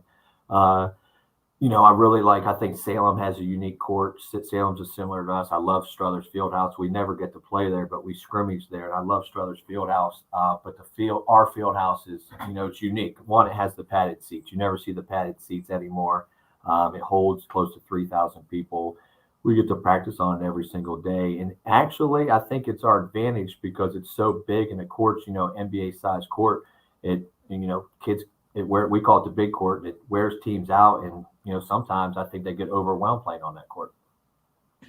Coach, my final question for you. I love to give every one of our coaches a chance to highlight their staffs on the season too. And the staffs are what make the programs what it is and separate good teams from good programs. So give you a chance now to highlight your staffs, your assistants, and some other big people in that East Liverpool Potter program. Yeah, absolutely, because they don't get the credit they deserve. They're all better coaches than I am. Andy Miller, he's my assistant. He's been with me for, I think, going on 8 years now. He's a county guy. He played at United, coached at Crestview, and he coached at Salem. He coached under Herm Miller. I think he's at Crestview as well. New to the program, or not new to the high school, not new to the programs. Isaac Davidson. He played for me, graduated 6 or 7 years ago. I'm showing my age, but Isaac was one of the best players, one of the best shooters I've coached. He's in a record book. He 54 straight foul shots, was third most ever in the state of Ohio. He's a tremendous coach. He gets the most out of his players. He coaches our JV team, and James Maxwell also played for me. He coaches our freshman team, and then two of my other players coach our 7th and 8th grade. So it's nice. In my 12 years here, I have four former players that are coaching and doing what we do within the program. Coach, we know your time is limited. We don't want to keep you. We thank you so much for taking the time to join us today, giving us a little bit of a preview of Potter basketball, and good luck the rest of the way. All right, I appreciate it. I'll see you later. Thank you, Coach. All right, see you. Coach Conley of the East Liverpool boys basketball team. And yeah, time limited. We don't want to take up too much of his time, but we're so thankful for the time he's able to give us and just talk about that Potters team down there. As like we said, not a whole lot of people up in the Mahoning County and up in the Trumbull County even know a whole lot about the Potters down there, but they definitely are a force to be reckoned with. Oh, you're gonna know. You're gonna know. That's all. Yeah, that's all I have to say. You're gonna know. And like he said, athleticism wise, they're up there, and they might continue to climb those power rankings as the season goes on. We'll see. They already had one nominee in the Baird Brothers Big Dog of the Valley and Cole Daly. They might get two more because they have two other guys that are just as talented. Toothman might get on that list anytime now as well.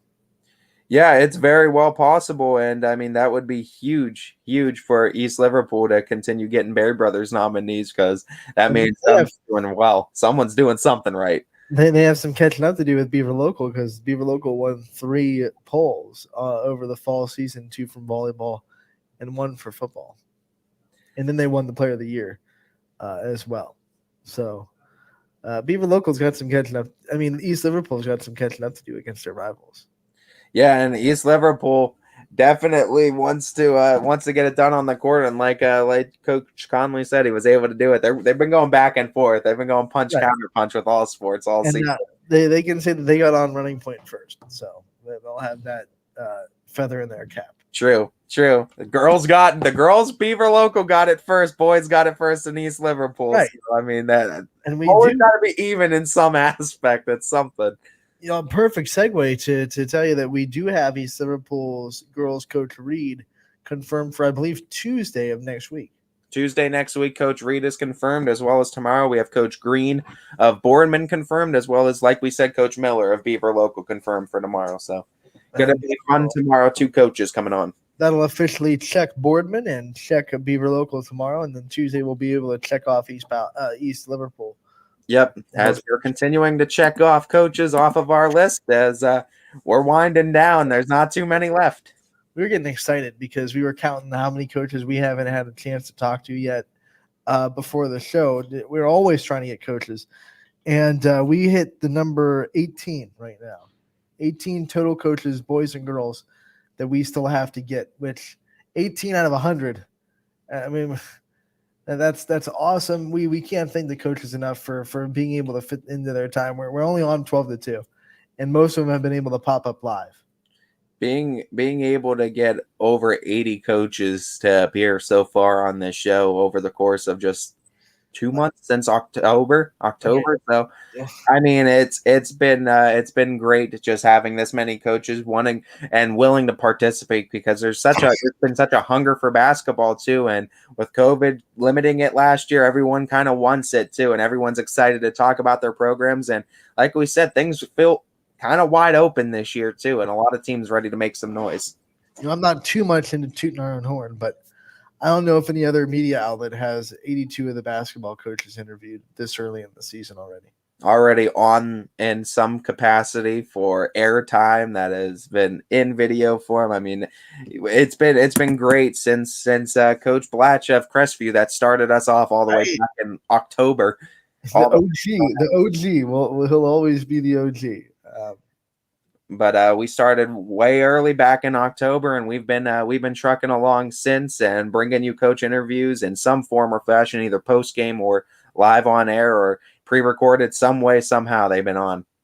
Head over to our YouTube channel to check out past episodes, to check out all the interviews that we've done that are posted.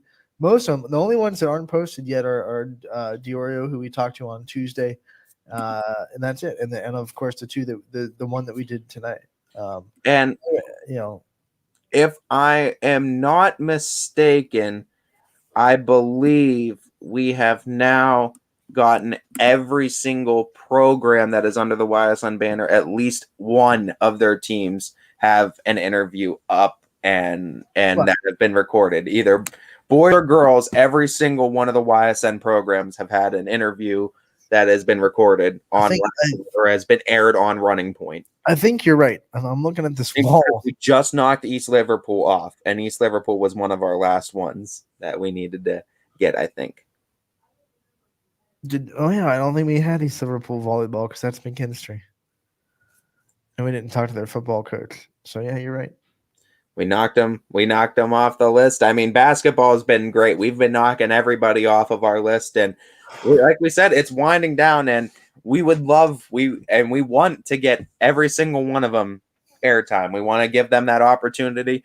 Obviously, we know in some cases, maybe some coaches don't, maybe not want to talk about their program right there, or maybe time is limited too, where the program right there where they have games and they just might be busy, and time constraints too with coaches coming on the show and just getting interview time with us too. But we are definitely working diligently and as hard as we possibly can to get all coaches at least some airtime on Running Point. Where we have 18 left, and we have over 2 months of the basketball season to get them. So we're coming for you, and no, we're in your emails. We're coming for you. We are in your emails. We are not afraid to double text. No, we love hearing about our student athletes in the area, and we love highlighting our programs, and we would love to continue to do so. So we thank Nate Conley for coming on, head coach of the East Liverpool boys. Thank him for his time. We're going to take another break, and on the other end, we will come back with our picks for tonight's matchups in girls basketball. That's coming up next on Running Point, brought to you by Greenwood Chevrolet in Austintown. At Greenwood Chevrolet, shop with confidence knowing we're ready to go the extra mile for you. With the largest selection of used vehicles in the Valley, backed by the Greenwood Advantage Warranty. Only at Greenwood Chevrolet. My guy keeps it 100% of the time. He wants all 100, won't settle for 99. And it's more than stats, because there's people in those numbers. And I was one of the lost sheep. I'm so glad he cares for all 100. I'm 100% safe, 100% free, 100% love. I can be 100% me. He gave all 100 when they put him up on that tree. That's 100% passion for 100% free. So if I play in front of 100, or if I play in front of 2, there's an audience of 1 getting 100% of what I can do.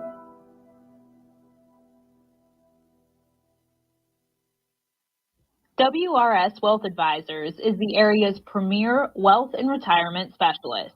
With our combined 70 years experience, WRS Wealth Advisors is the area's premier wealth and retirement specialist. Call 330-965-0370 to learn more about our individual and corporate financial planning services, or visit wrswealth.com. Good luck, athletes. News doesn't stop after the sun goes down. Sometimes you just have to hustle to get it. At 21 News, no matter how far it is, no matter what it takes to get there, we're working to bring you the best stories and the freshest content at 11 p.m. with the context and clarity that makes it worth staying up for, no matter what time it is. 21 News at 11 with me, Erin Simonek, and Derek Steyer. 21 News at 11, news that's worth your time. Coca's Pizza, proud to announce our pizza buffet is back every Wednesday at our Boardman and Campfield locations.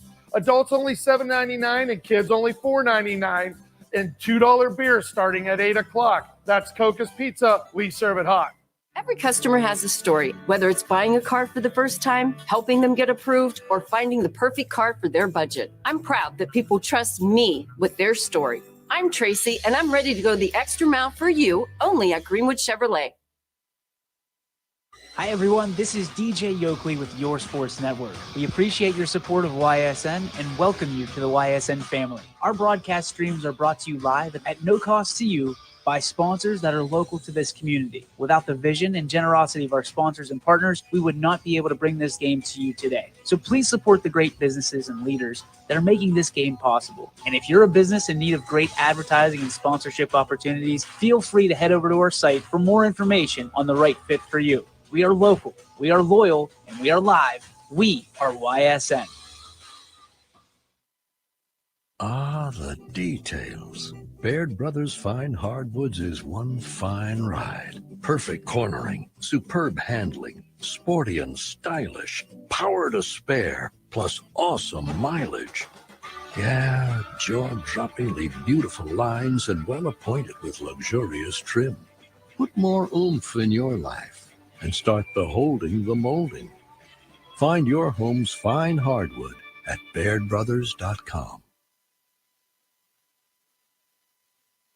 Welcome back to Running Point on YSNLive.com, brought to you by our good friends over at Greenwood Chevrolet in Austintown. They go the extra mile for you, and we are going the extra mile for these picks. Ty, it is time to pick the matchups tonight.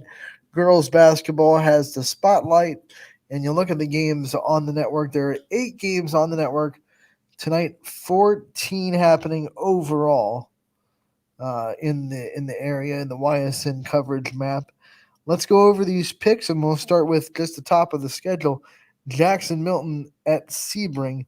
This is a varsity-only game, and it'll be tipping off at 5:30. Look at the fan poll real quick before we make our picks. Reminder that if you want to pick along with us, you can go to Twitter at Running Point YSN, and the pick threads are there every day for you to pick along with us on the fan vote. We are always interested in who you think will win these games. And You got first pick too, since I technically won the last time. I won last night. You didn't have any picks. So Yeah, no, there's no way we're counting that. You at 0. So. Yeah. All right, I'll go first. But the first one is Jackson Milton Sebring. And right now, Jackson Milton is ahead in the fan vote, 73% to 27%. 22 votes on this poll. So popular a lot of people interesting. And if you want to vote, once again, at Running Point YSN on Twitter, that's where you'll find these fan polls. I'm going to go with Jackson Milton to win this game at Sebring. Yeah, I'll go Jackson Milton as well. I think the Lady Blue Jays are impressive with their 7 girls as well. Next one, this one, the matchup that Wellsville can get their 4th win, which would be the most for the program since 2015. And the fan vote split 50-50 right down the middle. 8 votes so far on the poll. Ty, you get the one that's 50-50. I apologize because Wellsville is the one program we need to get on the network. And so in saying that, I am picking the Lady Tigers to get their 4th win and get the most wins and equal the wins they've gotten since 2015, and hopes that we will get Coach Corey Creamer on this show to talk about it. Give me the Lady Tigers so we can get Coach Creamer on. You know, as much as I want the Tigers to get this win, and I would love that for their program, I have to split with you on this one just to try to get the lead back to where it was. I'm still up 4, which is still kind of comfortable, but I think Lisbon, especially at home, will get this win. Let's see. Next one is Lowville going to Western Reserve. The Blue Devils have an 83% to 17% lead on the fan vote. This one is going to be tipping off at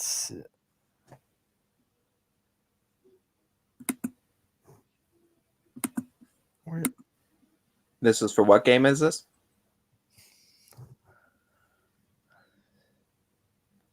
I don't see it on our schedule anymore. Wait a minute. I am so confused.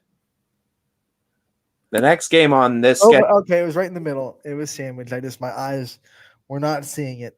Lowville at Western Reserve, 7 p.m. tip is the next vote on our fan vote poll. And once again, Western Reserve has the 83% to 17% edge.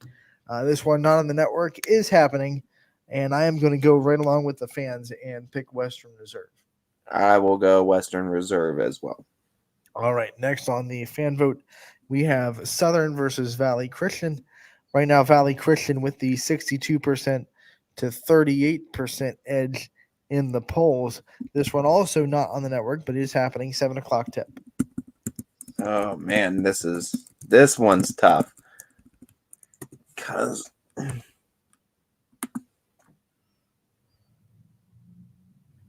give me Southern.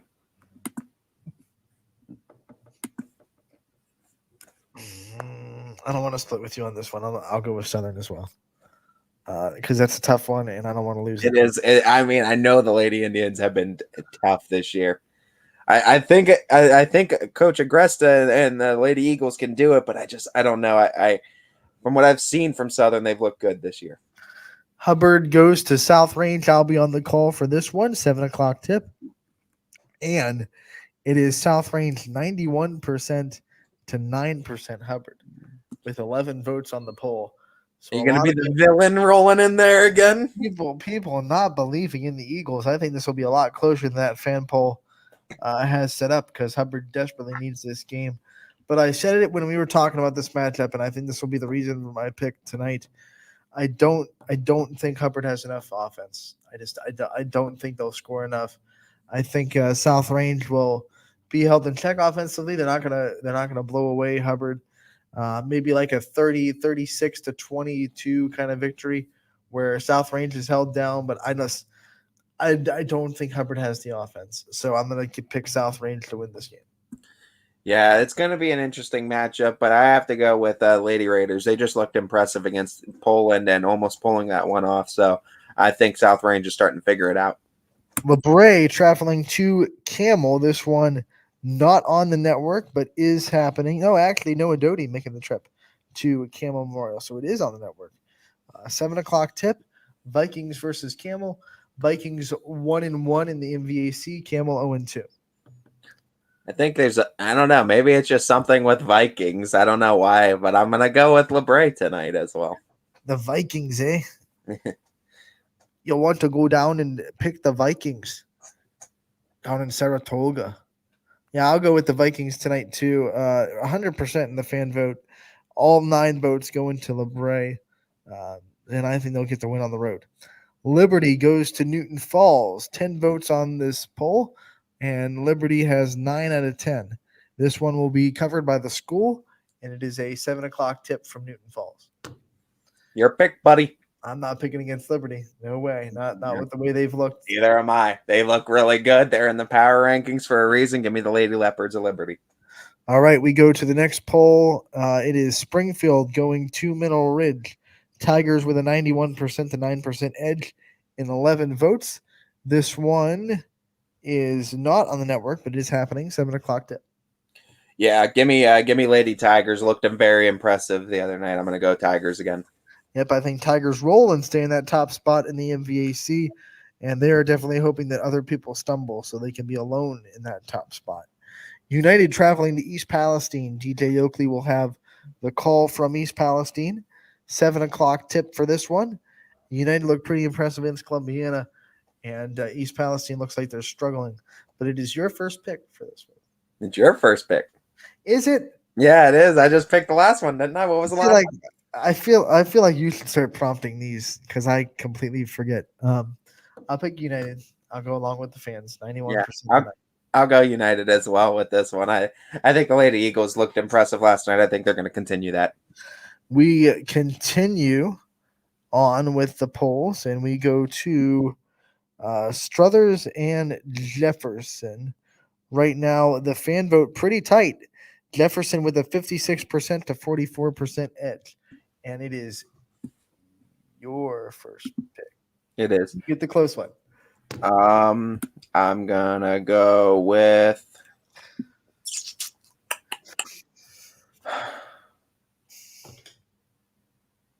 Struthers one.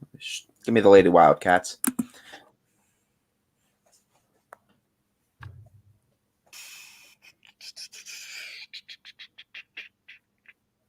I want to find a score for that Gerard game. Oh, he needs more information. I want more information. He's requesting more before he can. Let me go through and see if I can find this score from Gerard Jefferson on. See, that's why I was always tripping myself up and why I let you take a lead. I tried thinking too much. I tried looking too far into it instead of just going with gut reaction.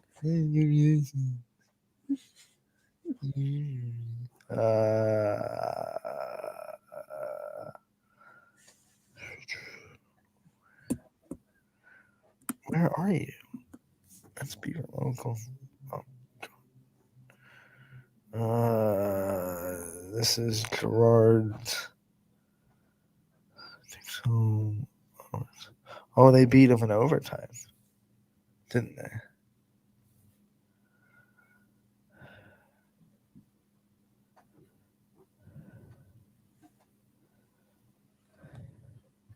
Yeah, they beat him in overtime, 44-42, Jefferson over Gerard.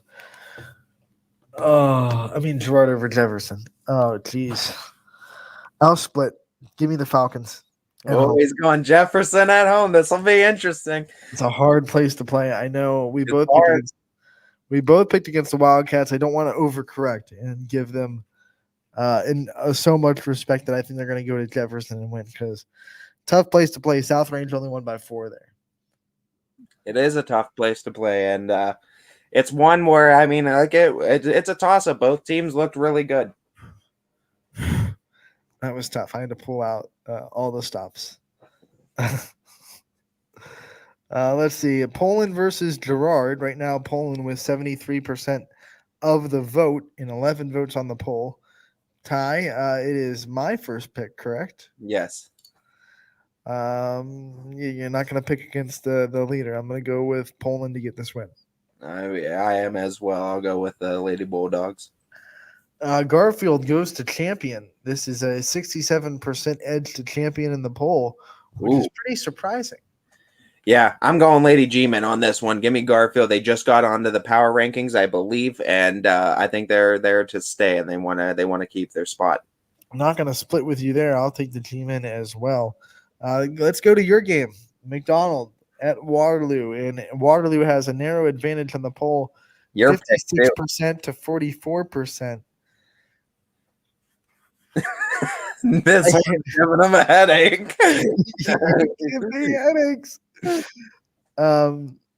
It is because Waterloo obviously got the win over Western Reserve, and they looked pretty impressive in that one. And McDonald has struggled this season. They're not the same team, obviously. And it's in Waterloo, which is a tough place to play because it is so electric, even for girls basketball. You know what? I know. Yeah, I'm going to pick Waterloo because I don't think you'll go against them and split with me on this one. You're right. I'm not. I guess right. the respect I'm gonna give to Coach Matizzi and that whole program for making it to the state championship last year. They deserve the respect, and that is still a program that when you beat them, it's going to be considered an honor. It's a big win for you to beat them because it's a program that was at the biggest show last year. So looking at this, McDonald's still going to be a tough team to beat. You still got to respect them and expect them to be a good team. But I'm telling you, I'll go with the Sweethearts because the Lady Vikings are Blue Devil hunters this season, and let them take down the second big tower in the conference. They're coming into the gym they're coming into the gym with a bunch of holy water on their belt. What do you we're hunting devils? This will be fun too. Excited I got to be the late addition to get this one. I'm excited to go to it. Cheney goes to Heartland Christian. Maddie Matthews 20 points away from 1,000 points. And Heartland Christian has a 75% to 25% edge in the fan vote. It is your first pick, Mr. Maddie Matthews gets her 1,000 points in a win against the Lady Cowboys. For the Lions. Cowgirls, I'll just say. It's Cheney Cowgirls. I think they shortened it now. I rule with what Oklahoma State does because that's the only other cowboy/girl school that I know of, and they just go Cowgirls for the. That's what Cheney's roster says, so I'll just start calling them Cowgirls. What I will not do is I'm not going to say Lady Cowgirls. Yeah, I'm not doubling up on that either. And Lady Cowboys is dumb. I don't like doubles like that. Yeah, Lady Cowboys is dumb. I don't know why I said that. It's natural to say lady in front of whatever the mascot is. I remember, we're getting off tangent again, but I don't care because it's our show. I remember back in like the 90s before the Syracuse Orange were the Syracuse Orangemen, and it was the Lady Orangemen, and it just didn't really. It doesn't make sense. And we're talking. We don't want to call out Garfield, but Lady G-Men.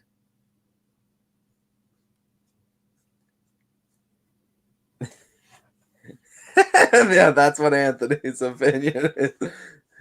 But I'll give them credit because gotta be like Mike Anthony. I'll give them credit because G-Men is a term that is widely broad and used to describe someone that works in the federal FBI. Like it used to be, they're the G-Men because they're federal officers, right? So anyone can be a G-Men because they're a federal worker, even though it is men, and it's one of those like sometimes we use the word man for mankind, even though it's encompassing the whole population. What about X-Men?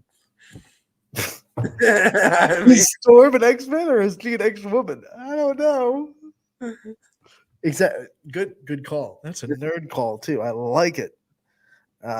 So yeah, Heartland Christian, you picked them. Not to just say Heartland Christian to make the pick for Heartland Christian. Got back on track real quick. That's how we do it here at Running Point. It's your pick though. Yeah, I do pick Heartland Christian. I think that is it. I don't think we missed. Did we miss a game? Oh, Indian Creek at Edison. Oh, that's junior high. Never mind. You want to pick a middle school game just in case? We're gonna start. We're broadcasting it. Edison School will have that on the network tonight. Don't miss it. Junior high basketball between the Wildcats and the Redskins. I believe we did pick every game for the night. So now let's recap and make sure we're on the same page. There are no arguments. And this is your last chance to switch. Jackson Milton at Sebring. We both picked Jackson Milton. Yes. Wellsville, Lisbon, we split. I pick Lisbon, you pick Wellsville. Yep. Cheney at Heartland Christian, we both picked the Lions. Yep. Garfield at Champion, we both picked Garfield. Yep. Hubbard at South Range, we both picked South Range. Mm-hmm. LeBray at Camel, we both picked LeBray. Mm-hmm. Liberty at Newton Falls, we both picked Liberty. Yep. Mobile at Western Reserve, we both picked Western Reserve. Yep. McDonald versus Waterloo, we both picked Waterloo. Yep. Poland versus Girard, we both picked Poland. Yep. Southern versus Valley Christian, we both picked Southern. Yep. Springfield versus Ridge, we both picked Springfield. Yep. Struthers versus Jefferson, we split. I take the Falcons, you take the Wildcats. Yep. United versus East Palestine, we both take United. Yes, sir. Reminder that Niles at Lakeview has been moved to February. So it is not happening tonight. So the two games we split on, Wellsville, Lisbon, Struthers, Jefferson. So I'll be looking out for both those scores. And you can't take the lead. No, I can't. But I sure as heck can get a lot closer. No, you can't. I'm going to get further away. Yeah, you think that. You think that you're going to start dropping. You're starting to shake in your boots. Let it rain. Get ready for Brick City. You're going on a cold streak here, buddy. You coming in the office tomorrow? I'm gonna be raining on you in the office. Just bam. Probably because I got a game I think at McDonald tomorrow, so I'll go see it. Oh, you're at McDonald tonight and tomorrow? No, Waterloo tonight. Tonight's in Waterloo. Yes, tonight's in Waterloo. Tomorrow's in McDonald. Same opponents. Oh, okay. I see. I was looking. Okay, you're right. Girls tonight in Waterloo, boys tomorrow in McDonald, but same opponents. It's Waterloo, McDonald, boys tomorrow, and Waterloo, McDonald, girls tonight. 19 games on the network tomorrow. We'll have a lot to talk about tomorrow along with, let's see, 4, 8, 9, 10 games on Saturday. So we'll be picking 29 games just on the network, plus 1, 2, 3, 4, 5, 6 games not on the network. So we'll be picking a total of, what is that, 33 games tomorrow for the weekend. That's your chance to catch up or get left in the dust. We'll see. Coach Green comes on tomorrow as well as Coach Miller from Beaver Local. So Beaver Local boys as well as Boardman girls basketball coach is going to be highlighted tomorrow. And then, of course, we got all of our picks for not only tomorrow, but the entire weekend. So don't miss it. One of these days, I'm going to be like, screw it. I'm going to split with everything just for chaos. Oh, my God. And then flip everything on its head in one day. You're just going to be like, that'd be the move to do if you got like up by like 20 and you could afford to just drop 18 or so games. It's like going all in on the daily double when you're already up by like $30,000. Because I mean, you could genuinely make up. I mean, I would obviously pick all the favorites, but if underdogs have a good night, you could realistically double your lead. I come into Monday with like a 15-point lead. Oh my goodness! No, I trimmed it. It was getting up there. It was like 8 or 9. It was 8, and now it's down to 4. Got it down to 4 over the course. You're not breaking through. That's the thing. You gotta ride the waves. You know what? I'm not. You gotta take it slow. It's a 12-round fight. I gotta get my jabs in real quick. I'm covering up. I'm waiting. You're gonna tire yourself out with these picks. I'm waiting for my tire myself out. It's so much energy. You're gonna make some mistakes and you're gonna make some bad calls, and I'm gonna take advantage of it and get some picks over on you. We'll see how it goes tonight. 8 games on the network, 14 total happening, and we're excited to see the final score. Stay tuned to ysnlive.com and the YSN Live social platforms for scores, updates, and all info necessary. Casual Sports Podcast coming up next from 2 to 3. And even though we are labeled as Power Hour on Facebook, Power Hour is coming up from 3 to 4 today on ysnlive.com. Yep, don't miss it. Be there tomorrow, too. We'll have all your coverage for basketball continue tomorrow. 22-hour break. We'll be back tomorrow, as Ty said, from 12 to 2. Until then, have a wonderful evening.